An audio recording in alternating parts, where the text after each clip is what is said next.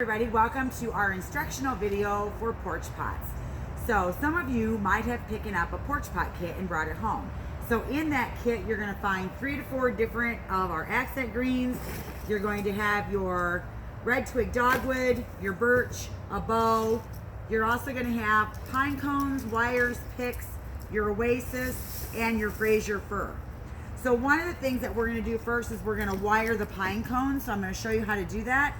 What you're going to do is you're going to take your wire and you are going to insert it into the pine cone at an opening in the bottom. So when you're done, if you put your thumb on it, you should have equal pieces of the wire coming out on either side. Then you're just going to thread that through to the other side and give it a twist just like a bread tie so that your pine cone is secured onto the wire. You're going to do that with all 3 of your pine cones. If your pine cone is kind of closed at the bottom, just thread up above it. The goal is that you're getting these 2 little wires to be very close to the same size when you're done. It's going to make it a lot easier for you to put them on the dowel rods. So when I'm done wiring all 3 pine cones, I'm going to actually put them on the dowel rods. Now all of you have been given dowel rods, and there's a pointy end and there's a rounded end. The pointy end is designed to go in the pot, but if you wire them upside down, it's not the end of the world. So what I'm going to do is I'm going to grab the wires at the end, and then I'm going to go to my dowel rod, and about 1/3 of the way down with my thumb and my forefinger, I'm going to grab onto that wire so that my pine cone is kind of dangling there. So as you can see, I'm at the end of the wire, about 1/3 of the way down the dowel rod. The next thing I want to do is I want to travel this wire by spinning either the cone or the stick. I want to travel the wire all the way up.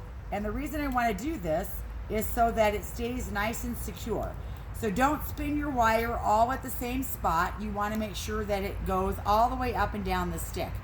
The other thing you want to do is make sure that that gets to the very top, and when you're done, give it a nice twist so it's nice and tight. And you should only have about that much left, and this way you can manipulate your cone in the pot in different directions without that little piece of dowel rod showing. So again, 1/3 of the way down, I'm grabbing it, grab the pine cone, I spin the stick and run that wire up the stick until I get to the very top, and then I give it a nice twist so that it's nice and tight. If you end up with a little tail at the end that you didn't get on there, just wrap that around the bottom of the dowel rod. So again, do that with all 3 of your pine cones, and then take that and your berry pick and set that to the side. So the berry pick, I pulled it out of the plastic. I'm going to pull the tag off of it, and then I'm going to take it, I'm just going to spread these branches a little bit so that it's ready to go when I'm ready to put it in the pot. The other thing that you have is your bow, and it might be on a full dowel rod, and as you can see, I've cut off maybe 1/3 of my dowel rod so that when I place it in the pot, it'll fit better. The next thing you need to do is take your paper mache pot and your oasis. Now your oasis, you need to take it inside or take a bucket, fill it with water, and totally soak this so that it's totally wet. You're going to cut it on the little dotted lines, 4 lines in, and then you're going to take the little piece and put it in the front, and then you're going to have a hole right here in the back. So when you're working with your pot, you're going to turn it around so that this part is away from you and the little piece is in front of you. Now in your pile of greens, you've also been given what's called a leader. So this is my leader here, but I do need to trim off some of the bottom branches here so that I can get it into the sand really well. So what I'm going to do is I'm going to insert it into the sand, and I'm going to push it down in there as far as I can get it. So this is my lead piece here. Then I'm going to go to my other Fraser fir, and I'm going to kind of spread it out, kind of take a look at what I have. And what I'm looking for are 2 wing pieces. So 2 fairly decent sized pieces that can fill in on the wing. Now, Fraser fir actually snaps fairly easy. So what I want to do is put these pieces in the side slots here. I'm still in the little hole in the back. I haven't put anything into the green oasis at all. So I've got that hole filled out. The next thing I'm going to do is put my birch logs in. So everybody's been given 2. One is short, one is long. What you want to do is position that birch log in the center of the pot as far back as it'll go, and make sure you're on the oasis. You have to decide if you want your birch to lean to the right or to the left. So whichever way you want it to lean, that's how you're gonna lean it, and then you're gonna push it down into that wet oasis and seat that in there at an angle. Then I want you to take 2 fingers and place it down in front of that birch that you just put in the pot, and then I want you to put your second stick in front of your fingers. You want to have a 2-finger space between the birch and not seat them right on top of each other, or they really get wobbly in the pot. And by leaving that 2 fingers in between, it allows you to have more stability. So then I'm going to tilt this in the opposite direction of the first one, and I'm going to push it into the pot so that they're both nice and well seated in there. The next thing I'm going to do is I'm going to take my greens and I'm going to start filling in the rest of the oasis. So as you can see here, on the sides, I am tilting the branches so that they go out. You might have to break the branches down and make them a little bit smaller. The one thing I don't want to do is I don't want to have really super tall pieces in the front of my pot covering up all of the birch. So you don't want them that big because then you can't see the birch. So I'm going to turn it around real fast. Okay. And so as I fill this in, what I'm going to do is I'm going to take my cutters and I'm going to break down one of my branches into smaller pieces so that I can fill them in as I go. Now, if you get a branch that's a single piece and you're having trouble getting it in there, just strip the needles off the bottom and it'll allow you to have a little pokey piece that you can put right into the oasis. So what I'm going to do now is I'm filling in my oasis. Kimmy's going to come around here so she can film that. She's actually laying on the table just for you guys. All right.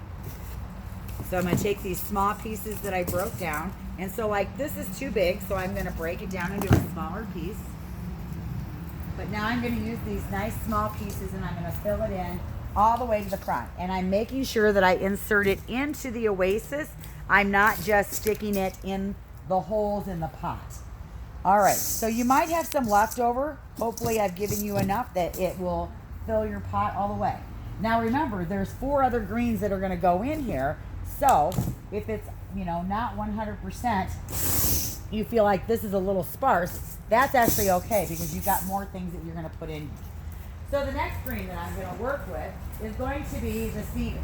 So you probably have both the Port Oxford cedar and you might have the incense cedar.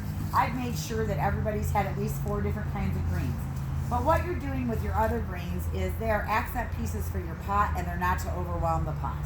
So what I'm going to do is I'm going to insert these in areas here, and I can tell you if there's ever a time where your pieces don't feel like they look right, they won't go in the right direction, you don't feel like it's hanging right or draping right, pull it back out and cut the stem down, because the stem really truly will make it so that it goes in properly or not. You'll also find when you're using incense cedar, if you insert it more straight up and down, it actually works a little bit better.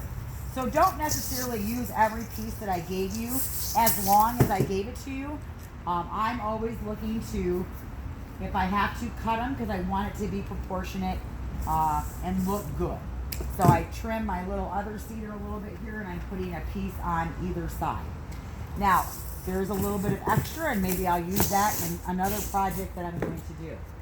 Another green that I've given you is what we call it's a concolor, and it's a long needle. It's got a beautiful blue color, and a lot of people will take it and stick it in the back of the pot, and I recommend that you don't do that because it gets lost.